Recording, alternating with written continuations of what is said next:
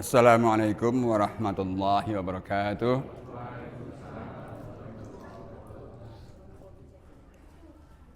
Alhamdulillahi rabbil alamin. Alhamdulillahi wa bihi nasta'inu ala umurid dunya waddin wa la hawla wa la quwwata illa billahil aliyil azim. Allahumma shalli ala sayyidina Muhammad wa ala alihi wa sahbihi ajma'in. Allahumma aftah lana hikmataka wa anshur alaina rahmataka min khazaini rahmatika ya arhamar rahimin, amma ba'du. Para jamaah rahimakumullah, alhamdulillah kita bersyukur kehadirat Allah SWT dengan memperbanyak pujian-pujian terhadapnya dan juga bertasbih mensucikan asmanya. Dan semoga dengan rasa syukur kita Allah selalu menambahkan nikmat-nikmatnya serta melanggengkan anugerah-anugerahnya kepada kita sampai pada kehidupan kita di alam akhirat kelak. Salawat dan salam pun kita haturkan untuk Nabi kita Nabi Muhammad SAW beserta seluruh keluarga, sahabat dan umatnya sampai akhir zaman. Kita akan melanjutkan tadabbur kita terkait dengan petunjuk-petunjuk Allah SWT masih di dalam surah Yusuf yang kemarin sudah kita bacakan sampai ayat 96 ya, mulai rangkaian 94, 95, 96 dan insya Allah nanti juga kita akan lanjutkan kepada ayat-ayat berikutnya sampai secukupnya waktu insya Allah. Untuk mereview sedikit yang pekan lalu kita sampaikan, saya bacakan ayatnya. A'udzubillahi minasyaitonirrajim. Walamma fasalatil 'airu qala abuhum inni la'ajidu riha yusufa laula an tufannidun. Qalu tallahi innaka lafi dhalalikal qadim.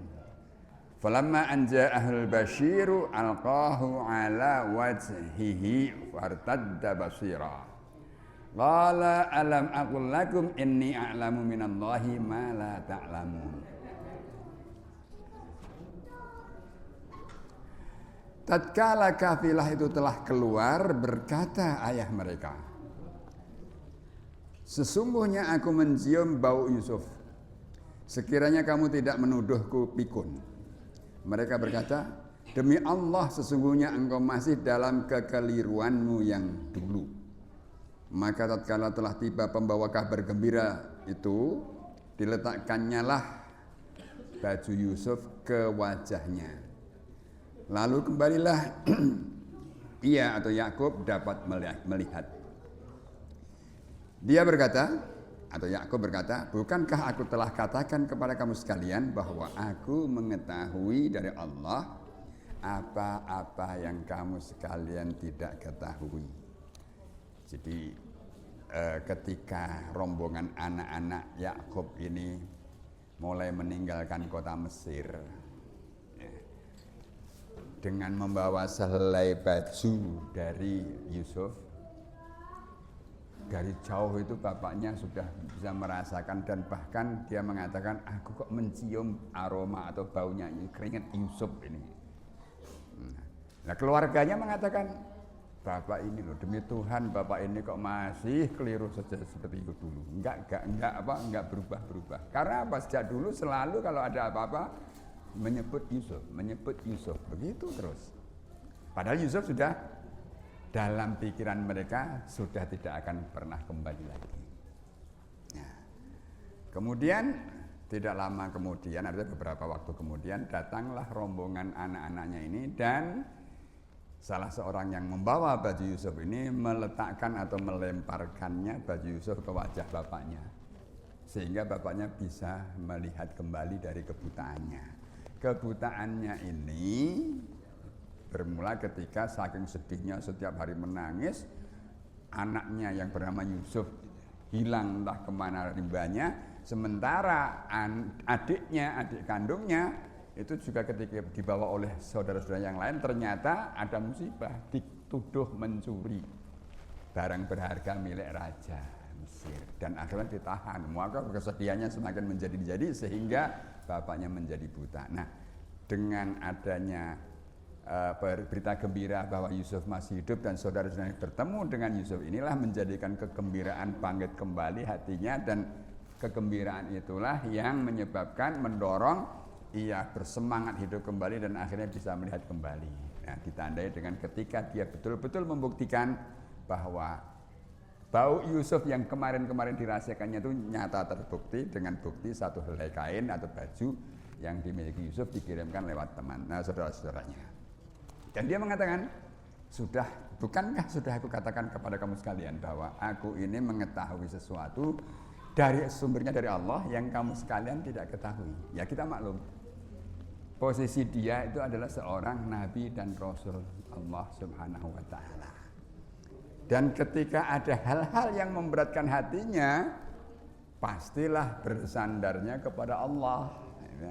Karena dilandasi keimanan yang kuat, yang maha tahu itu Allah. Maka kalau ada persoalan apapun, mestinya diserahkan kembali kepada Allah Subhanahu wa ta'ala. Ini keimanan yang benar. Kalau kita ini seringkali kan mengandalkan kemampuan logika kita, ya. Sementara pertama logika kita sangat terbatas, kemudian hal-hal yang menunjang daya kerja logika kita, pengetahuan, pengalaman dan sebagainya juga sangat terbatas, sehingga ketika terjadi persoalan-persoalan yang berat dan kita bersandar atau katakanlah mengandalkan logika kita, seringkali kita mentok.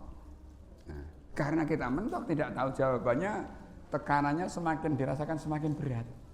Ya, akhirnya stres yang dialami. Ya, stresnya nanti semakin lama bisa saja semakin meningkat. Tetapi kalau orang yang beriman secara sungguh-sungguh dan imannya yang benar kepada Allah SWT, ketika punya persoalan berat sekalipun, yang diingat pertama kali adalah bahwa segala persoalan itu, pertama, pemilik persoalan adalah Allah, yang mengelola juga Allah. Maka mintalah dan bersandarlah kepada pihak yang mengurusi dan mengelola persoalan itu. Sangat menarik, beberapa hari terakhir ini saya dapat postingan. Jadi salah seorang dokter dari Syria itu ketika sedang mengobati pasien korban Gaza, ada anak 12 tahun yang ingin dibersihkan luka-lukanya di perutnya itu membuka, usus sampai keluar. Itu sudah yang ketiga kali diterapi. Wajahnya udah nggak karu-karuan. Ketika yang ketiga kali ini, Dokter Suryani bercerita, anak ini mengatakan kepada dokter, wahai dokter, tolong hati-hati ya, jangan seperti yang kemarin itu sakit sekali. Tolong sekarang hati-hati, jangan sampai seperti yang kemarin. Setelah itu apa dia mengatakan? Ya Allah, samihli ya Rabb, ampuni aku ya hai Tuhanku, karena aku memohon sesuatu kepada bukan engkau, tapi aku memohonnya langsung kepada dokter. Loh ya? Tolong dokter, berhati-hati jangan sampai menyakiti seperti yang kemarin. Kan mintanya kepada dokter itu.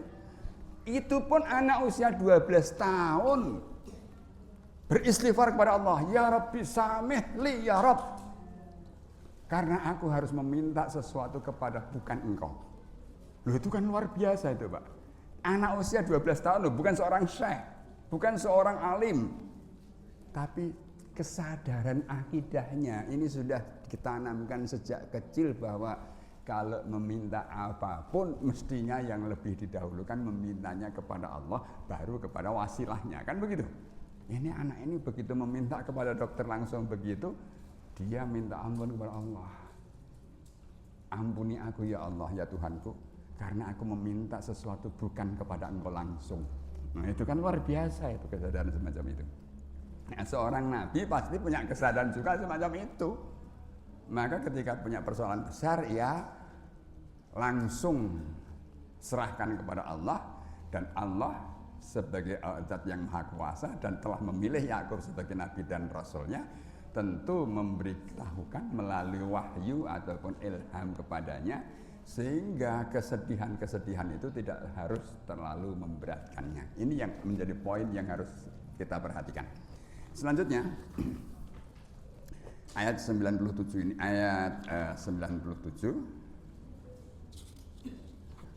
Allah Subhanahu wa taala berfirman, qalu ya abana istaghfir lana dzunubana inna kunna khati'in. Mereka putra-putra Yakub setelah sadar dan setelah mengetahui bahwa Yakub kembali melihat dan mereka mulai nyadar bahwa mereka itu telah bersalah. Ya. Mereka mengatakan, wahai ayah kami, ya, mintakanlah ampunan untuk kami atas segala dosa-dosa kami. Sesungguhnya kami ini adalah orang-orang yang sengaja telah berbuat salah. Ini inna kunna khati'in. Di dalam bahasa Arab kesalahan itu disebut al-khata'. Maka kita seringkali mendengar al-insanu mahallul khata' wan nisyan. Manusia itu tempatnya salah dan lupa. Al-khata' itu kesalahan. Orang yang melakukan kesalahan berdasarkan ketidaktahuan atau ketidaksengajaan itu disebut al-mukhti'. Tetapi kalau disebut al-khati', jamaknya al-khati'in, itu artinya orang yang melakukan kesalahan tapi disengaja atau direncanakan. Nah, maka di sini anak-anak Yakub ini mengatakan inna kunna khati'in. Sungguh kami telah sengaja melakukan kesalahan dulu terhadap Yusuf. Ya. Itu, ya. Jadi maka ayahnya sebenarnya juga sudah bukan tidak tahu itu. Toh dulu ketika Yusuf diceburkan ke dalam sumur, mereka pulang dengan membawa baju Yusuf yang berlumuran darah. Ayahnya sudah berkomentar, sawalat lakum anfusukum amra. Kamulah yang katakanlah membuat-buat dengan dorongan hawa nafsu kamu. Seakan-akan memberitakan Yusuf dimakan serigala, tetapi bahwa bukti darah yang menempel di baju Yusuf yang dibawa pulang itu kan, seorang yang sudah berpengalaman bisa membedakan mana darah manusia dan mana darah binatang, kan begitu. Nah itu, maka dia sabar. Karena boleh jadi nanti kalau si bapak ini menuduh langsung perbuatan tindakan yang akan ditempuh oleh anaknya justru bisa jadi lebih fatal lagi, kan begitu. Maka ya dimaklumi saja. Maka Yakub hanya berserah diri kepada Allah Subhanahu wa taala. Maka ketika dia dikatakan berbuat macam-macam kok enggak bisa melupakan Yusuf, setiap ada apa-apa dia menyebut Yusuf dan sebagainya. Makanya seperti yang terakhir ketika dia begitu bersedih karena Benyamin dituduh mencuri dan harus ditahan, itu dia mengatakan innama ashku bathi ilallah. Innama ashku bathi wa huzni ilallah. Aku hanya mengadukan segala perasaanku dan seluruh duka citaku kepada Allah semata. Nah ini juga artinya apa?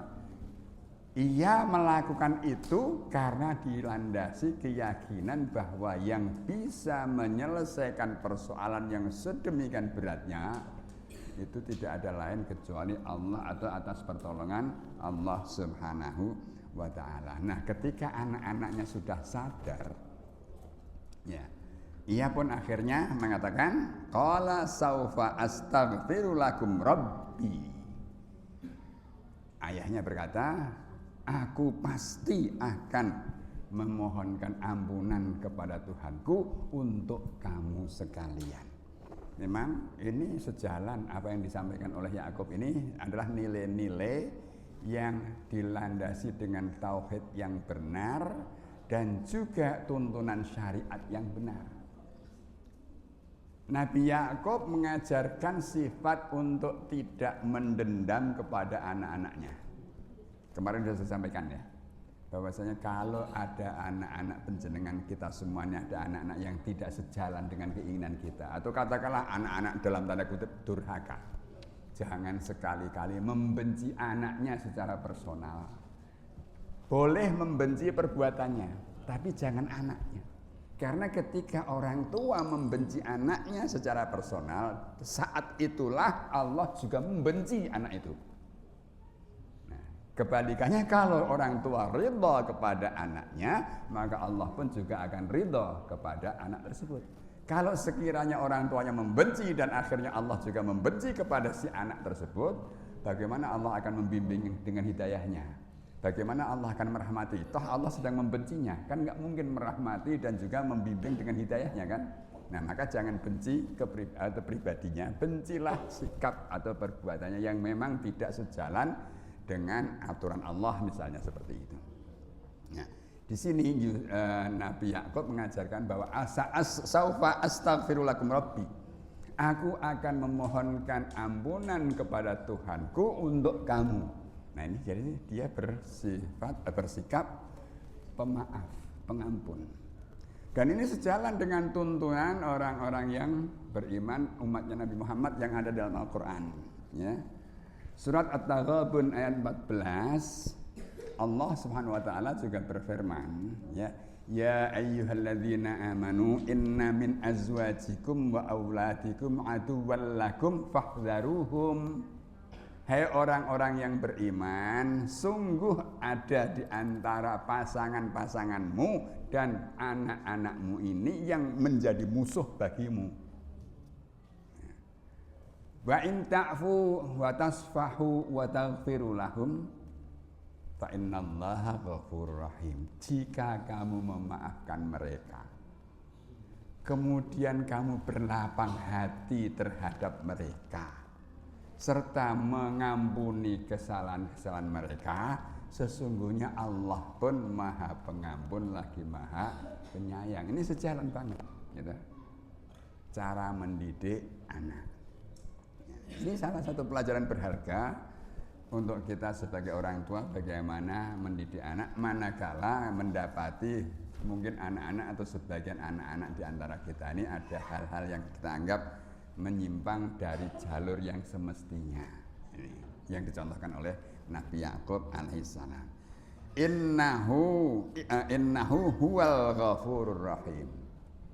Karena hanya Dia, karena hanya Rabbi, karena hanya Allah yang maha melindungi, yang maha menjaga makhluknya ini, hanya Dialah satu-satunya zat yang maha agung ampunannya dan maha dalam kasih sayangnya.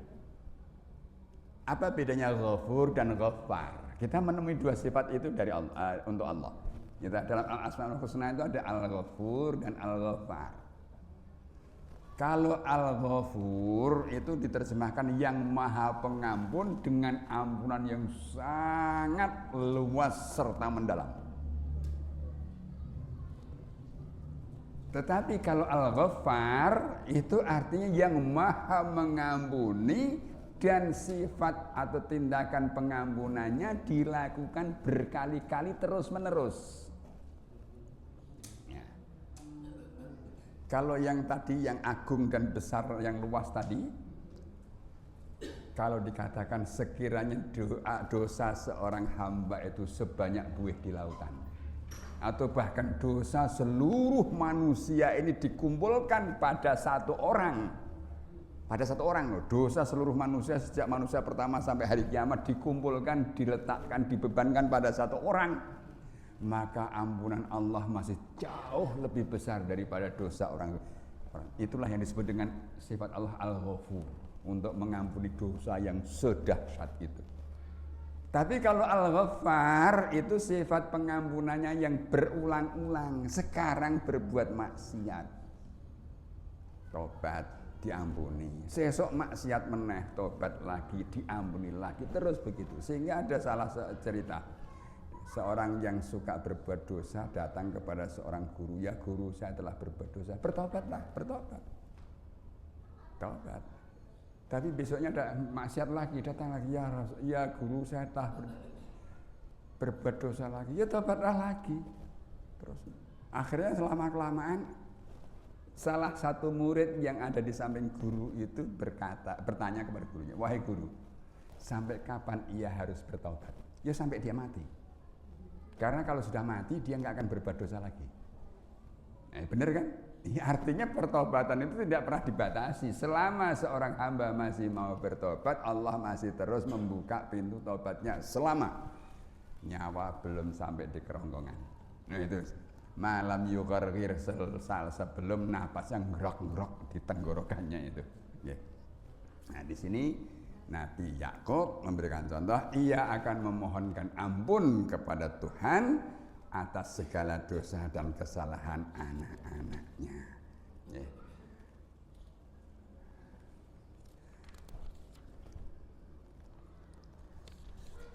Kemudian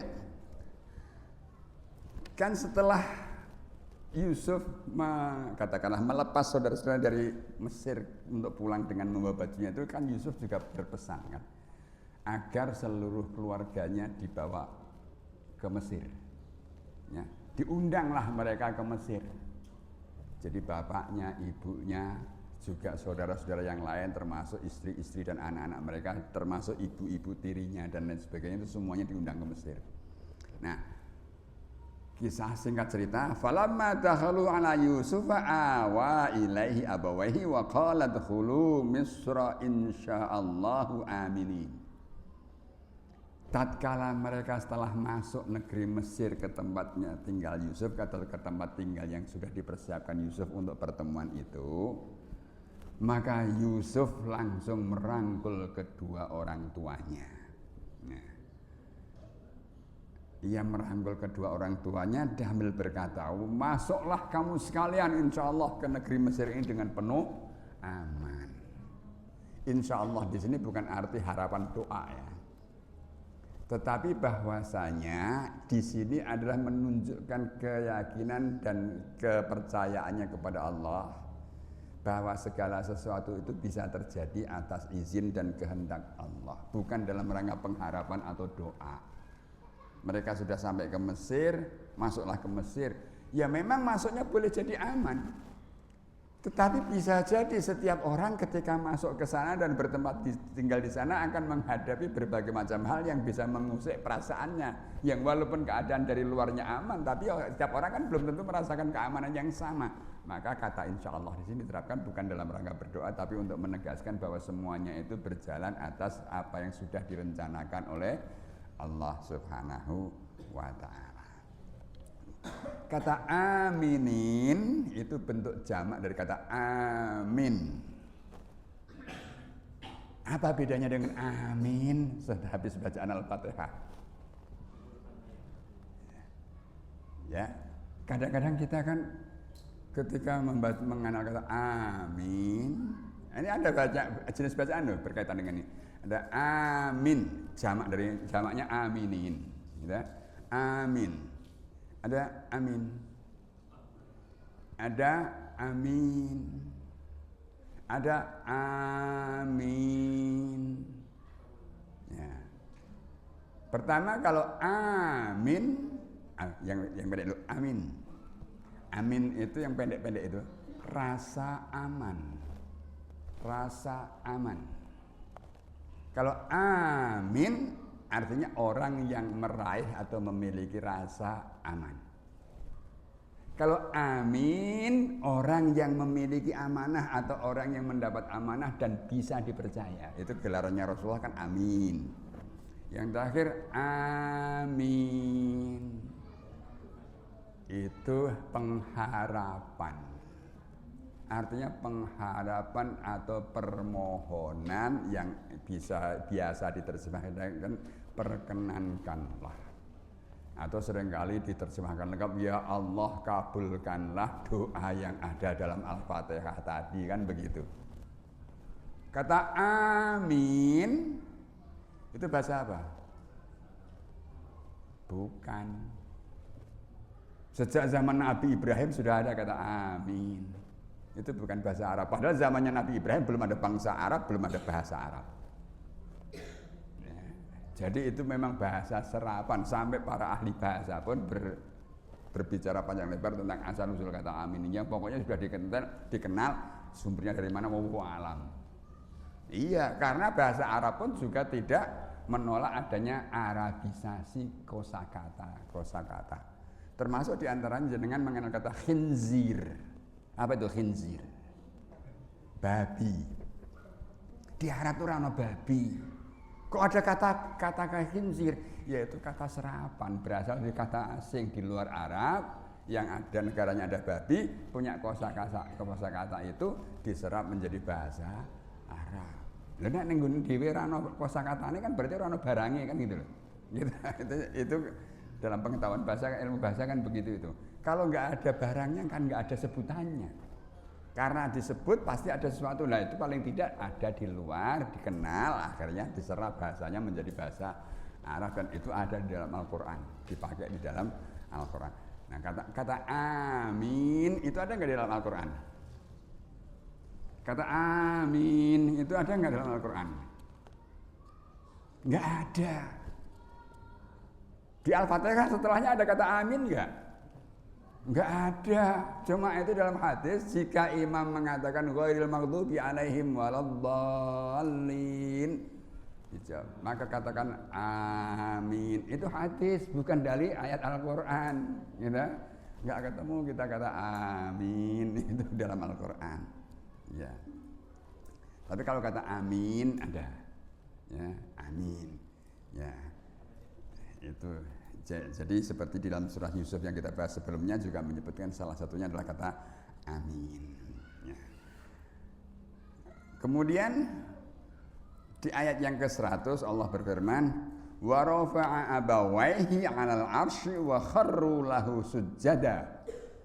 Wa qala ya abadi hadza ta'wilu ru'yaya min qabl qad ja'alaha rabbi haqqan wa qad ahsana bi id akhrajani minas sijni wa ja'a bikum minal badwi min ba'di an nazagha asyaitanu wa baini wa baina ikhwati inna rabbi latiful lima yasha innahu huwal alimul hakim.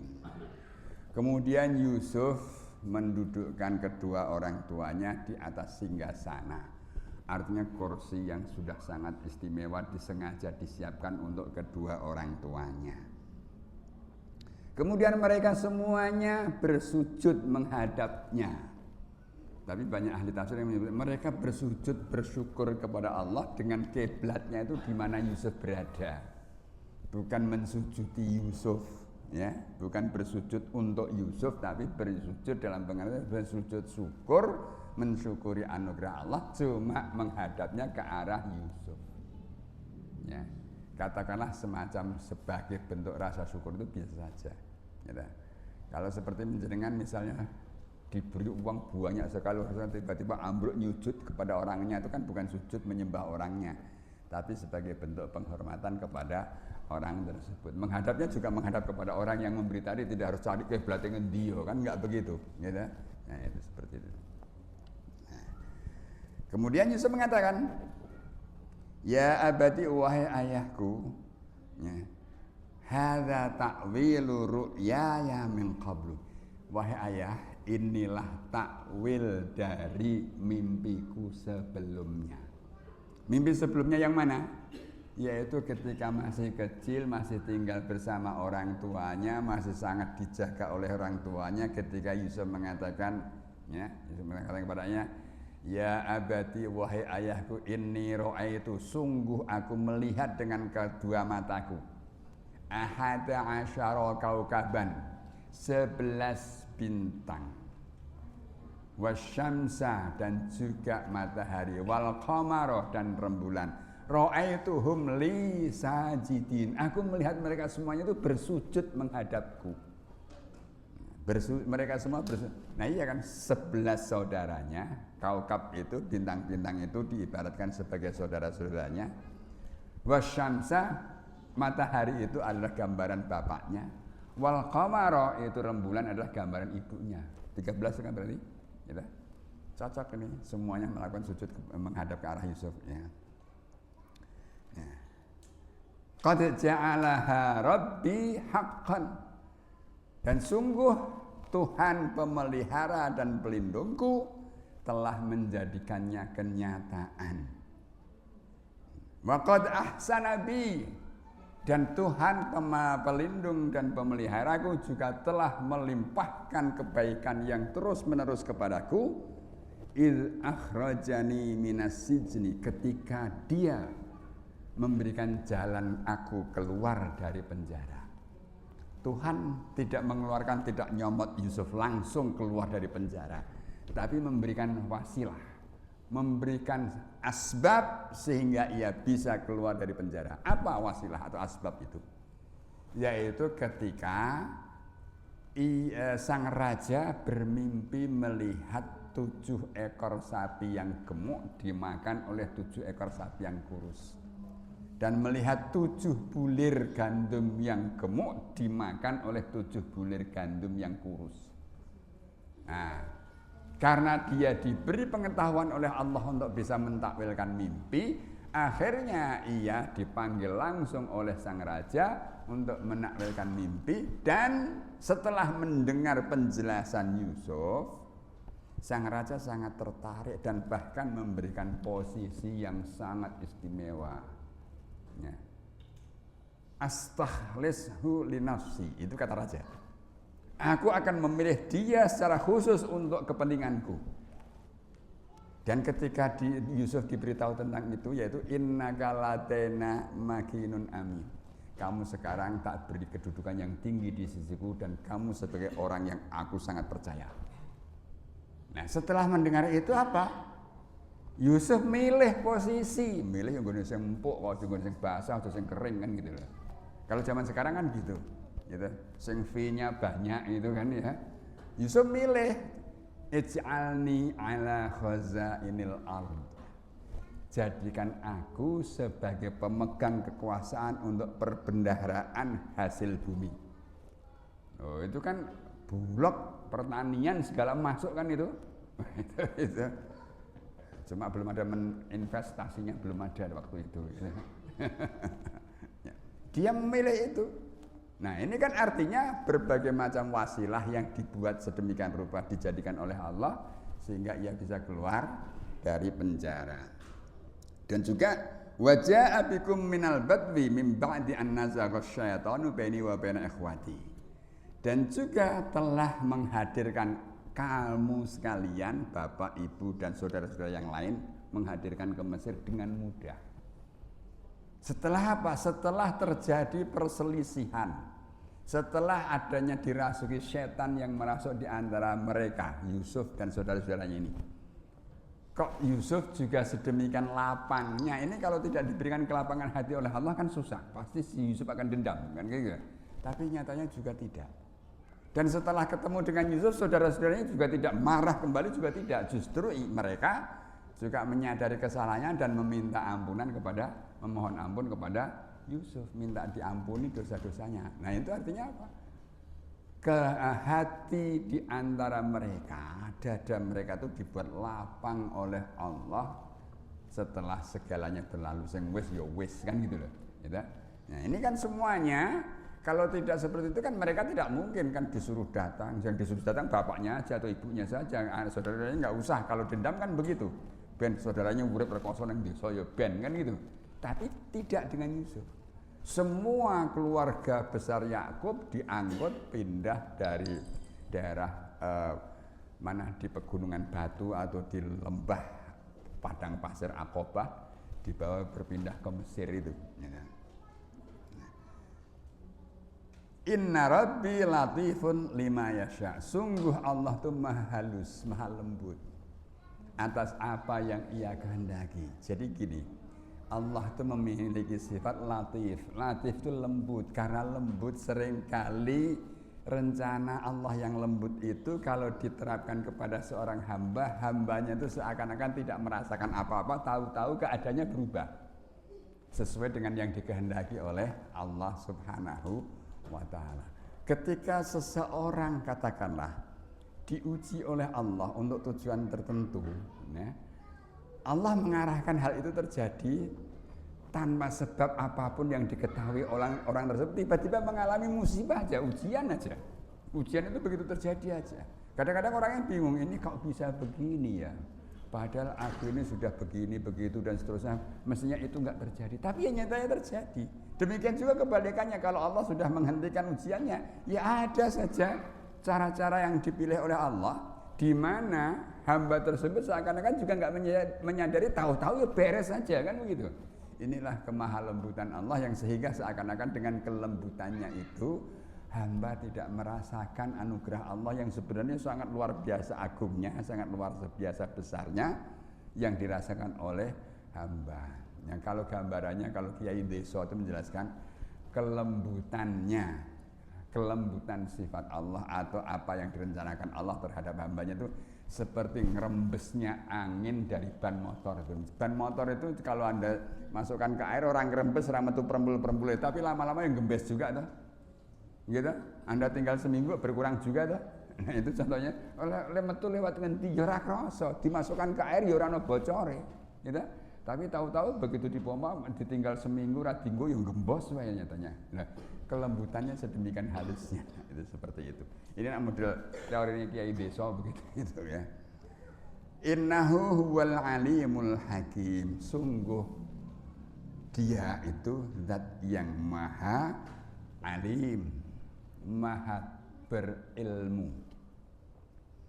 Maha berilmu itu maha mengenali segala macam tanda, baik tanda yang dimunculkan atau yang tidak, selama itu ada tanda pasti Allah tahu. Itu kata alim, ilmu. Ilmu itu kan dari kata alam. Alam itu tanda atau patok, Pak. Atau panji-panji itu juga tanda alam namanya.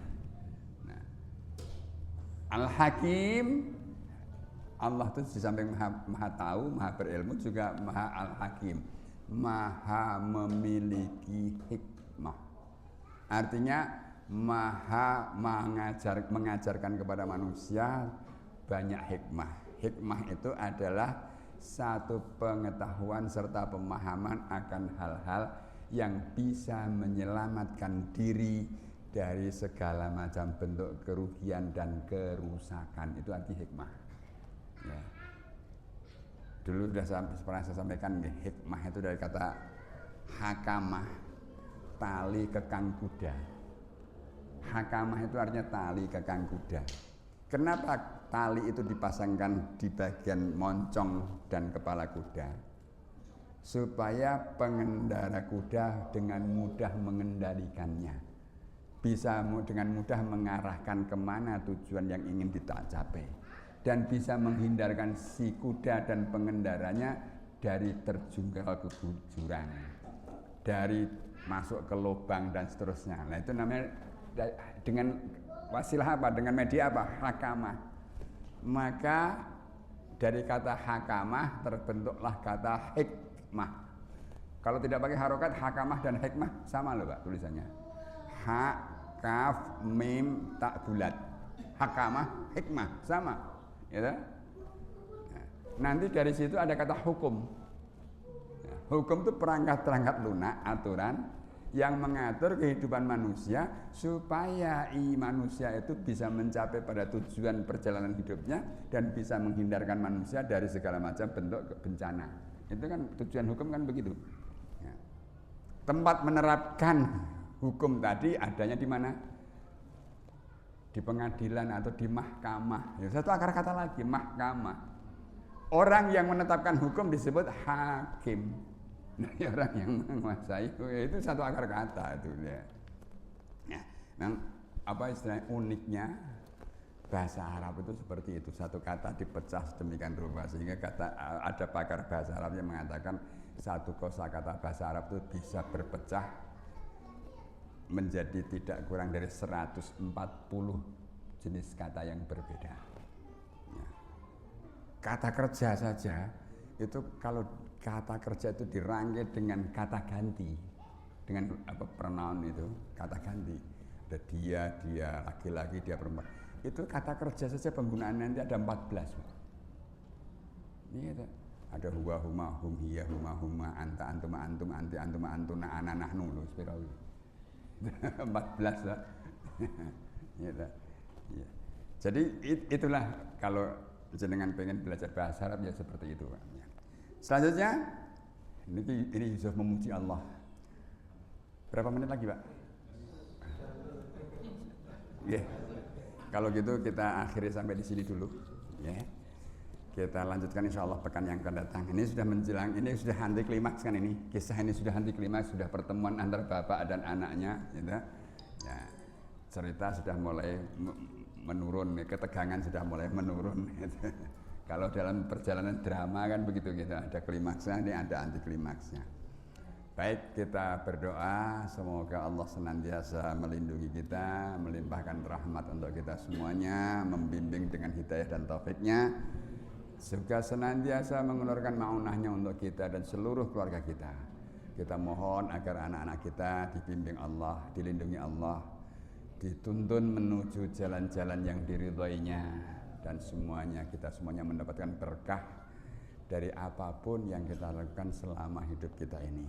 Terutama juga kepada orang-orang yang berjasa kepada kita, kepada guru-guru kita, kepada siapapun yang telah berbuat baik untuk tempat ini, mewakafkan tanah ini untuk masjid dan lain sebagainya. Semoga Allah ridhai mereka, limpahkan pahala dan ampunan untuk mereka. Semua kita doakan dengan wasilah bacaan Ummul Kitab Al-Fatihah. A'udzu billahi minasyaitonir rajim. Bismillahirrahmanirrahim. Alhamdulillahi rabbil alamin arrahmanir rahim maliki yaumiddin. Iyyaka na'budu wa iyyaka nasta'in. Ihdinas siratal mustaqim. Shiratal ladzina an'amta 'alaihim ghairil maghdubi 'alaihim waladdallin. Amin. Billahi taufiq wal hidayah. Assalamualaikum warahmatullahi wabarakatuh.